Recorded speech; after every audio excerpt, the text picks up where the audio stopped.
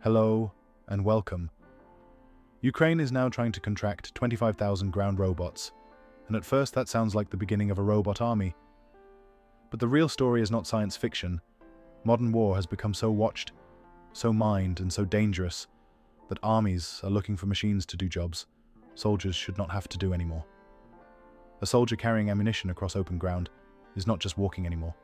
He can be seen by a drone, tracked by another drone, hit by artillery, or chased by an FPV drone before he even reaches the trench. So the question is not only, are robots replacing infantry? The better question is this: are armies becoming so desperate to protect infantry that they are willing to trust machines with the most dangerous parts of the battlefield? Ukraine is the main country pushing this idea at real scale. It wants thousands of unmanned ground vehicles for frontline logistics, evacuation, engineering tasks, and sometimes combat support. These machines can carry ammunition, batteries, mines, medical supplies, and wounded soldiers across terrain where sending another human could be deadly. And this is where ground robots actually make sense. They do not need courage. They do not get tired. They do not have a family waiting at home. If a robot is destroyed while bringing ammunition to a trench, the army loses a machine. If a soldier is lost doing the same job, the army loses training, experience, morale, and a human life. That is the strongest argument for these systems, but this is also where the hype needs to stop. A ground robot is not a flying drone. A drone can cross a crater, ignore mud, and fly over trenches. A ground robot has to fight the earth itself. Mud, rubble, shell holes, mines, trenches, broken buildings, and steep ground can all stop it. In real war, terrain is not a background. Terrain is an enemy.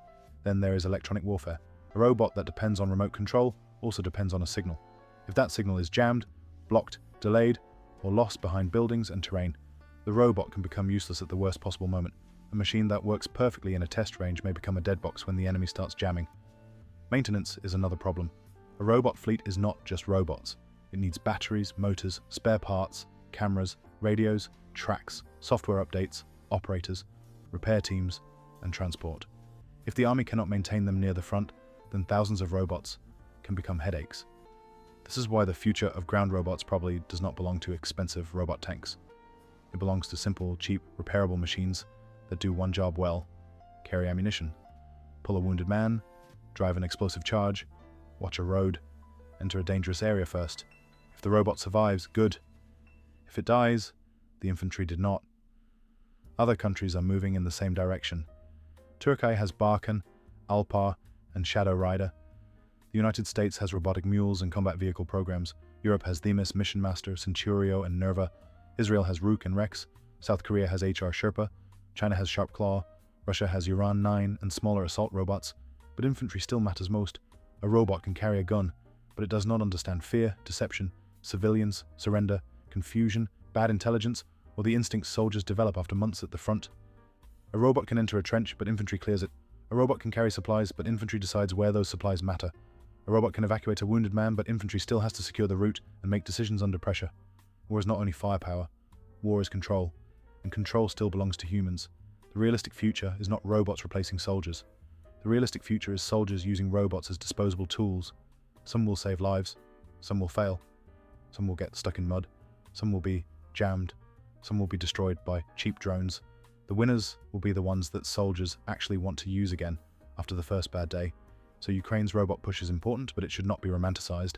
Ground robots have a future, especially in logistics, evacuation, mine work, and high-risk movement.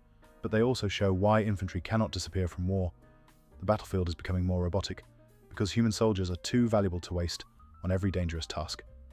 Ground robots may change war, but they will not make war clean, easy, or automatic. They may reduce exposure, but they will not remove fear. They may carry the load, but they will not carry responsibility. And if armies trust them too much, they may create a new weakness instead of a new advantage. I personally like replying to your comments and hearing how you see the future of war. Are ground robots the next major step in modern warfare? Or are armies overestimating what machines can really do in mud, jamming, and close combat?